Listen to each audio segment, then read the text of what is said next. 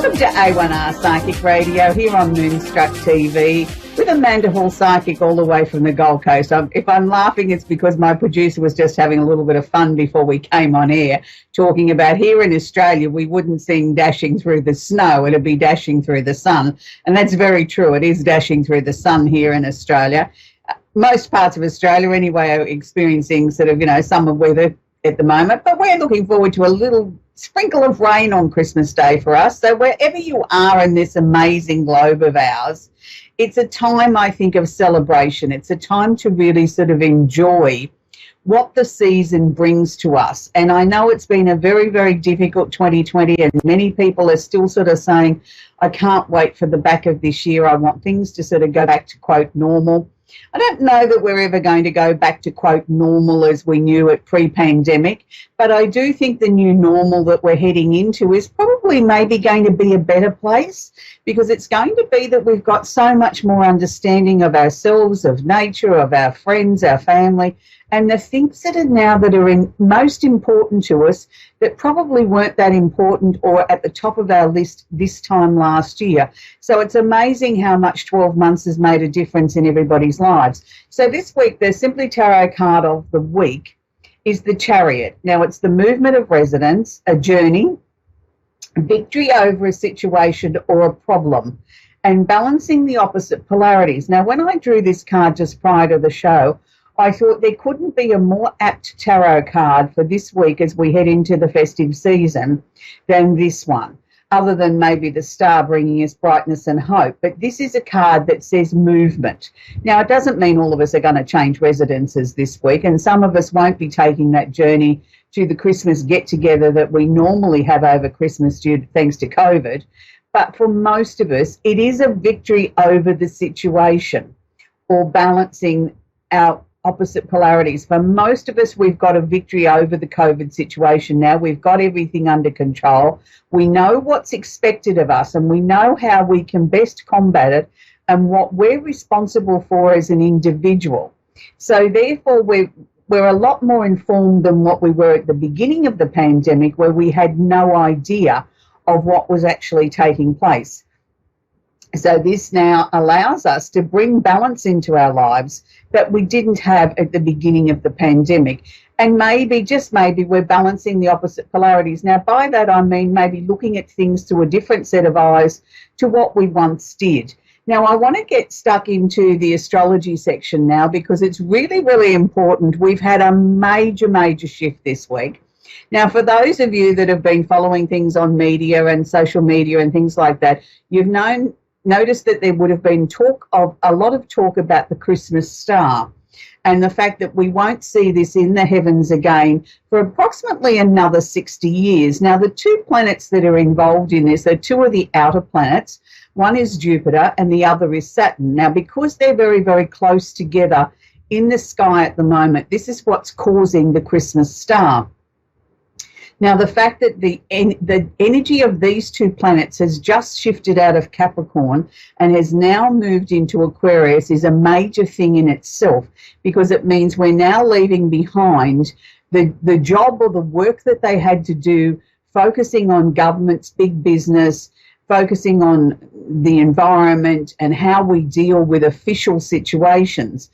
Now, because Jupiter is the planet of expansion and opportunity and our higher mind, and also encompasses overseas travel or overseas connections, and it's conjunct or holding hands with Saturn, which is the planet of discipline. It's like the father figure. It's where we get our lessons from. It's where we get our drive and determination from. And I like to use the word stickability. You hear people say, oh, they're stubborn. I sort of prefer to tend to think that they've got stickability. They can see something through to the end, and they've got the drive, the determination to make something happen. Now, what we see with these two planets moving into Aquarius, now Aquarius is a time of knowledge. Aquarius is asking us to do something different. Think outside the square. If you think of Aquarian friends that you might have, they're the ones that dare to be different. I used to quite often describe it when I used to teach astrology. You know an Aquarian friend by the green handbag, purple shoes, red dress, and the orange hair. They like to stand out in a crowd. They like to be different. They like to make a statement or an entrance. Well, this is how you have to look at these two planets as they move into Aquarius, and they've just crossed into Aquarius in the last 24, 48 hours, that they're going to try and bring a fresh or a different approach to things. Now, this is really interesting because we've seen in the last week the start of the rollout of the vaccinations against COVID-19 around the world, not here in Australia yet. We're not looking at that till about March or April at the earliest. But in the Northern Hemisphere, in the USA and UK, they've started rolling out vaccinations. Now, this is world-breaking, how quickly that they were able to put together a vaccine, do the trials and get it out to the public was beyond anything that we could have dreamed of at the beginning of the pandemic. So this has coincided with the energies moving out of Capricorn and into Aquarius, that we've started to see vaccinations roll out around the world. I feel what we're going to see now also is we're going to see a shift in people's consciousness. The average everyday person, you know, the person like you and I, not necessarily the people in power, but the people, the everyday people that make up the masses are going to start to shift their thinking and going to start to question a little bit more and say, well, hang on a minute, why aren't we coming up with some innovative new ideas? Why are the people at the top of the food chain not coming up with some different solutions? Why are they going back and making the same mistakes or doing the same things that they've always done? We're going to start to demand as a public, we're going to start to demand some different answers, some innovative thinking, to sort of look to our neighbours and our friends across the globe for answers and solutions to the problems that collectively we all face together as a world. It's not just an individual country or a nation, it's collectively as the world. We have to join together. We have to find solutions. We have to be able to move forward. So we will probably see in the next 2.5 years, as Saturn particularly moves through Aquarius, and Jupiter will only be there for 12 months.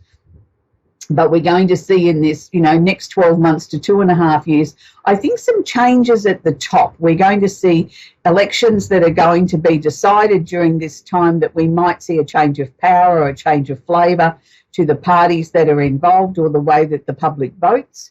And we're going to see people that are coming in from the top, coming in with some innovative, different ideas. Not all of them will be acceptable or be accepted by the masses to begin with, but it's sort of like, well, okay, don't just say no because you don't understand it. Look at it very carefully and understand that we need some innovation. We need different solutions. We need to think outside the box. Not all the answers will be the right ones, but at least we're heading in the right direction. We still have the conjunction or the holding hands with Pluto, but because Pluto is remaining in Capricorn till 2022, Pluto's role now is to clean everything up, is to finally give everything a final push and a shove in the right direction, to get the powers that be to sort of start to make some really hardline decisions and start to get this planet back to where it needs to be.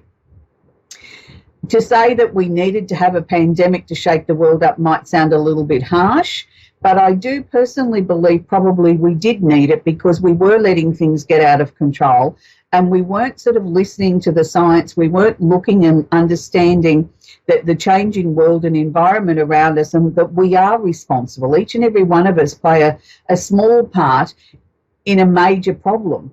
And we all have to take responsibility for ourselves and moving forward, which is a really, really important thing. Now, it's interesting because I just sort of feel that with Jupiter in Sagittarius, Jupiter in Aquarius, we're going to get some really major breakthroughs that are going to come from around the world. And it's going to be opportunities there that are going to come out of literally nowhere. And it won't always necessarily come from the older members of society. I think it's going to be an idea might be sparked by a younger person, and then it's padded out or extended out by somebody older. And it's sort of like the wisdom of the older person working with the freshness and the newness and the different set of eyes of the youth is going to be where we're going to get most of our solutions and answers coming from. We still have Venus in Sagittarius, so this is going to be still our love of everything Christmas. I don't know about your part of the world, but I know here in Australia, the media are saying things like people are really looking to get back to some traditions this year. They've never seen so many fresh Christmas trees purchased ever. That, you know, people are trying to make Christmas this year a major celebration. Even though they may not be able to celebrate with all the family and friends that they normally do, they're starting new traditions. They're trying to make it a very family orientated, make it special for the people that you can celebrate with. And a lot of people are buying, as I said, fresh trees and starting family traditions of decorating the tree and making homemade decorations and things like that they lost somewhere along the way. So it's good to see that we haven't lost our spark for Christmas. That's really important. We also have the start of the Capricorn sun cycle. The sun has just moved into Capricorn. It's there holding hands or conjunct Mercury, so we can expect some very deep and meaningful sort of conversations around the Christmas table or over the video Skype and, you know, WebEx and all those sort of devices that we can now have video conference calls on.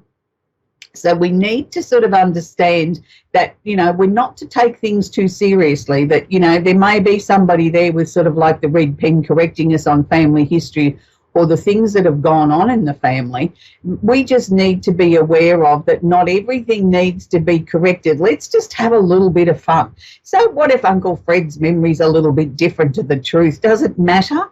It's okay. We can sort of make allowances this time and just be thankful that Uncle Fred's still with us and he's still telling those terrible stories that we hear year after year, and it gets a little bit more exaggerated as each year goes by. So it's really important to sort of, I think, have a little bit more patience over this time.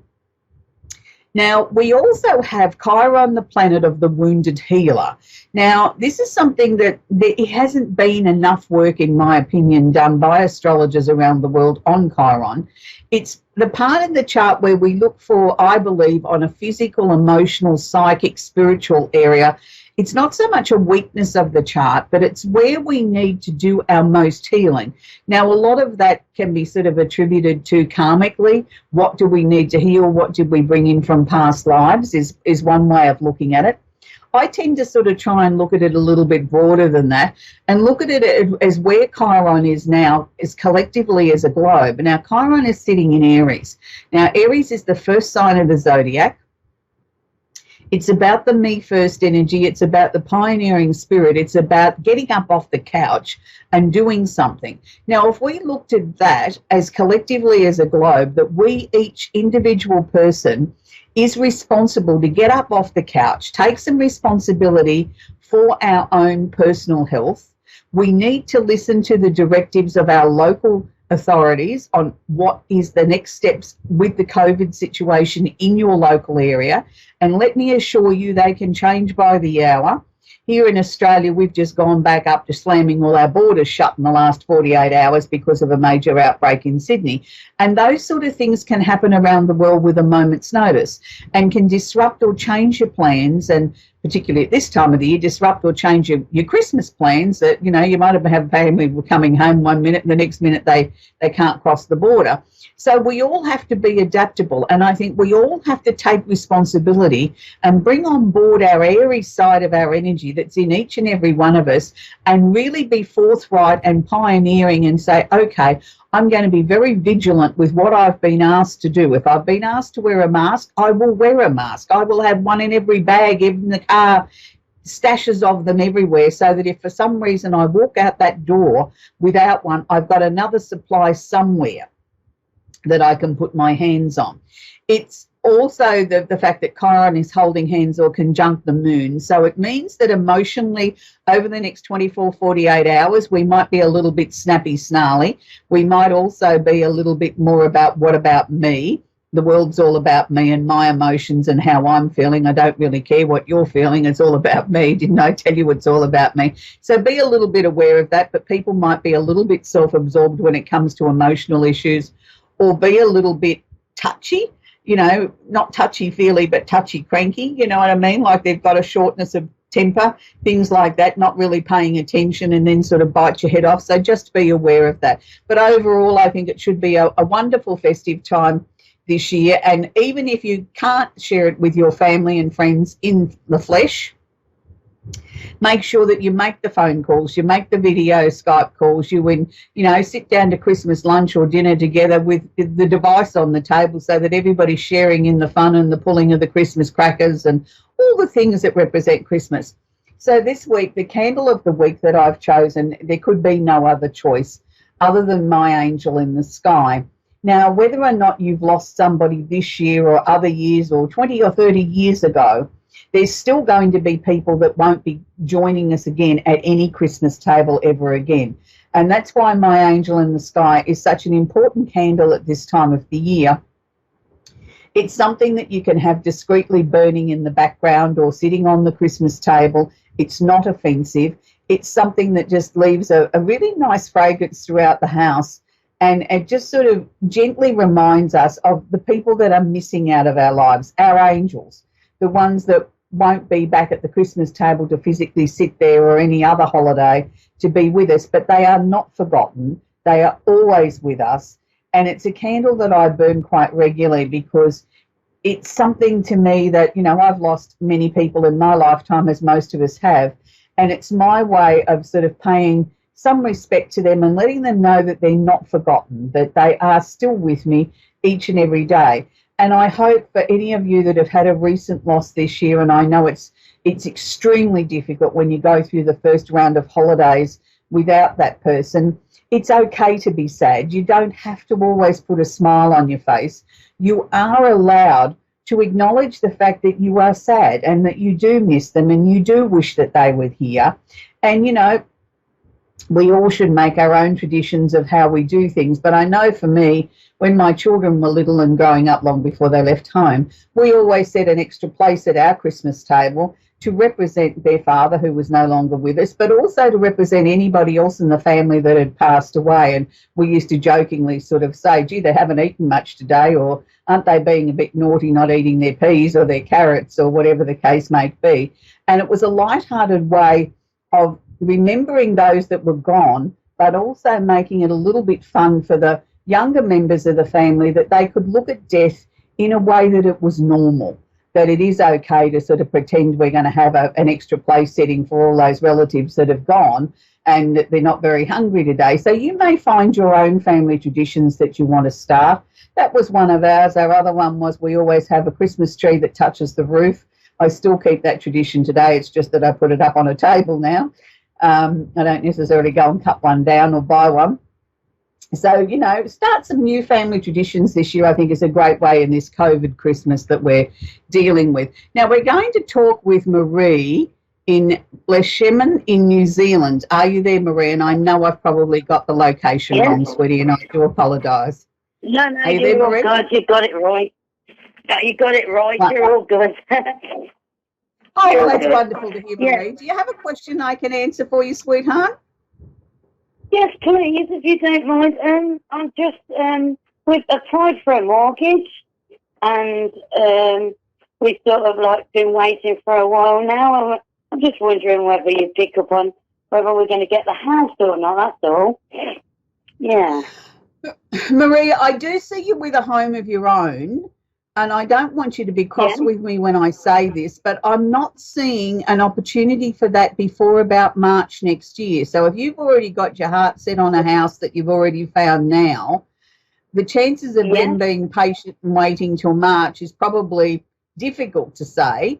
But, look, I do see you signing documents in March that you're extremely happy about, and that to me was around a home of your own. And this is something that you've worked long and hard for and dreamed about having for a very, very long time. Yeah. So it is going to be a reality. Do I believe it's going to be the house that you got your heart set on? That I can't be sure of, but I can certainly assure you that you will be extremely happy with it. Has there been other changes this year, Marie, besides COVID in your life where you had a number of endings or situations that you had to sort of deal with that sort of left you feeling as if you were empty?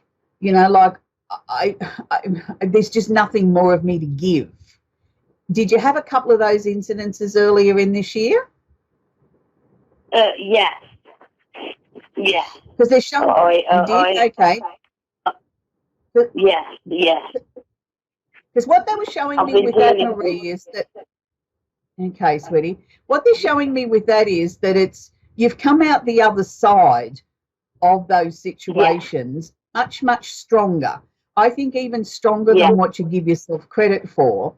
And they're asking yeah, you to now sort of just put it away. It's not necessarily saying you've got to forget it, but it doesn't need to no, be almost in your mind. You know what I mean? Like we've dealt with that. yeah, It's like I've completed a jigsaw. I can pack it up and put it away for another day. And that's what they're sort of yeah, showing me. We can break it up into pieces, put it back in the box like a jigsaw and put it away. Because they want you yeah, to open up yeah, now to some really positive, loving, wonderful things that are coming towards you. But if we don't put those things away, we yeah, haven't got the room to draw in the new positive things like the house and some new people coming into your life and sort of really gear up ready. I feel at the moment you might be feeling a little bit tired, Marie, and that's okay because it's been a big year.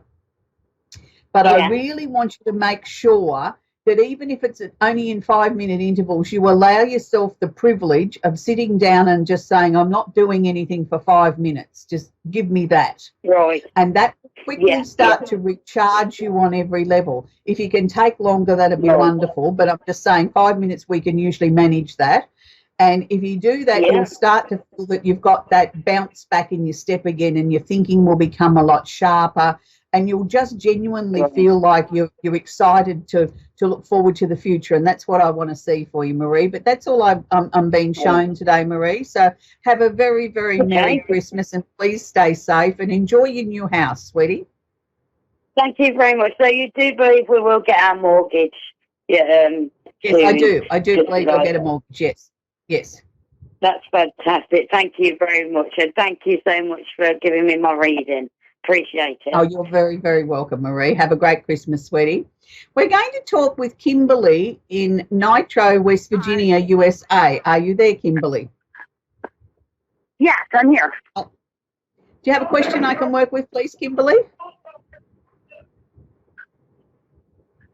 you have a Yeah, question? I'm here.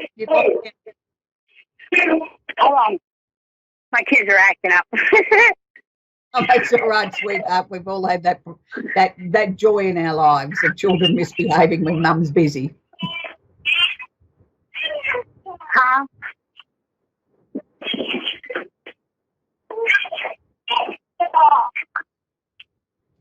Sorry about that. My Okay, kids are home for. Huh? that's all right. All right, Kimberly, look, I'll tell you what I'm being given, and if we've time permitting, if you've got a question, then I'll answer that for you as well. They're showing me that there's been a lot of changes this year around you, and I'm going to say a lot of this year seems to have been, it's felt like that you've done a lot of this on your own, whether that means that it's been physically you've been on your own and you've had to, struggle through and find solutions the best way you can, or whether you've just felt like you've been alone, even though there's been people around you.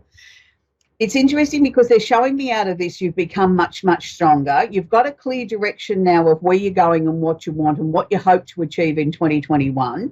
I want to see you stay on target with that. I don't feel that there's anything necessarily wrong in your life, but there's been times there this year where you've just burst into tears for what you saw as being no reason.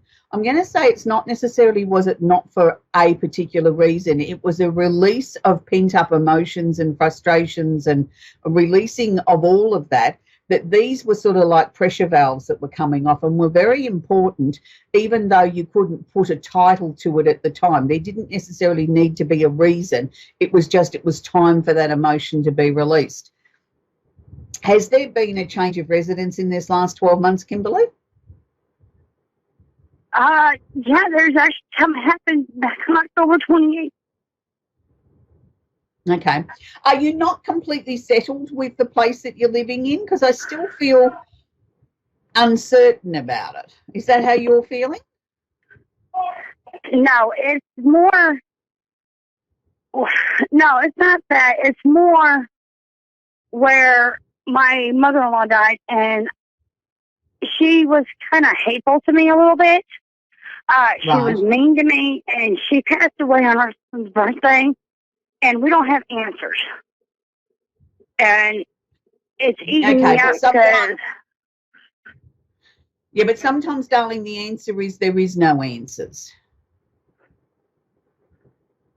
Okay, yeah, because And I know that might sound like a cop-out, but what I sort of feel was in this situation with your mother-in-law that's passed over, there is no answer. You're not going to get answers that are going to satisfy everybody that we can say, well, we've ticked that off and we've ticked that off and we've put that in a box and we can put that away. It's like there'll still be question marks. And as we answer one question, that relates to another question. You know, like it brings up more questions. I think the best thing to say is the answer is there is no complete answer. Just sort of try and let it go. She was a very nasty woman, and not just to you, I think to a lot of people. She had a nasty streak in her that I wouldn't like to be in her shoes in as fact of, you know, having to come back and do her karma in another lifetime, because it's going to be pretty tough, but that's not your responsibility. But I feel what you need to do now, and this is going to be a hard thing I'm going to ask of you, is I'm going to ask you, Kimberly, to just try and let go of her, to let go of her and forgive her. And that's a hard ask because she was downright nasty and mean and everything else that you can think of to put to it. But sometimes by being able to release that and forgive and not so much forget, but to forgive and release it will then free up that hold she's got over you. And that's more the reason why I want that for you to do that, is that so she doesn't have a hold on you from beyond. You know what I mean? That she can't influence your life from above. So that we've released her, we've sent her away with love and light and wish you well and all those sort of things. But I won't forget what you did to me, and you don't need to forget. So I think, you know, 2021 is going to be a much, much better year for you, Kimberly. You know, start to focus on the positives, focus on your beautiful children, focus on the joy and the love that you want to bring into your life. And just remember, anything is possible. The worst year of your life now is past. We now need to look to the future and enjoy this season with the children. You know, enjoy the holidays, you know, make some family traditions, even if it is only baking Christmas cookies, and, you know, do something that you're setting some standards for your own children that they can look back and remember out of this difficult year came something bright, something positive, something that they took away from this besides the gifts under the tree, but something that they can take on into their adult life and always look back and remember fondly. That's what your main aim is now. But she can't hurt you anymore, and that's what you need to remember, Kimberly. And you've got a really good 2021 coming, sweetie. So Merry Christmas. We have to leave it there because we're nearly at the end of the show. So that was Kimberly in the USA. So for all of our viewers and listeners around the world, I hope you have a very, very Merry Christmas. And I hope that Santa is very kind to you and brings you all your wishes. And whatever your favourite Christmas carol is or your Christmas music is, go on YouTube and get a selection. I've been pumping them through my Facebook page in the last few days, everybody from Alice Cooper through to the Carpenters. But my absolute extra special Christmas carol this year is My Christmas Card to You by David Cassidy and the Partridge Family. Merry Christmas, and I hope Santa brings you all your wishes. For me, it's health, happiness, and time with family. See you next week. Bye for now.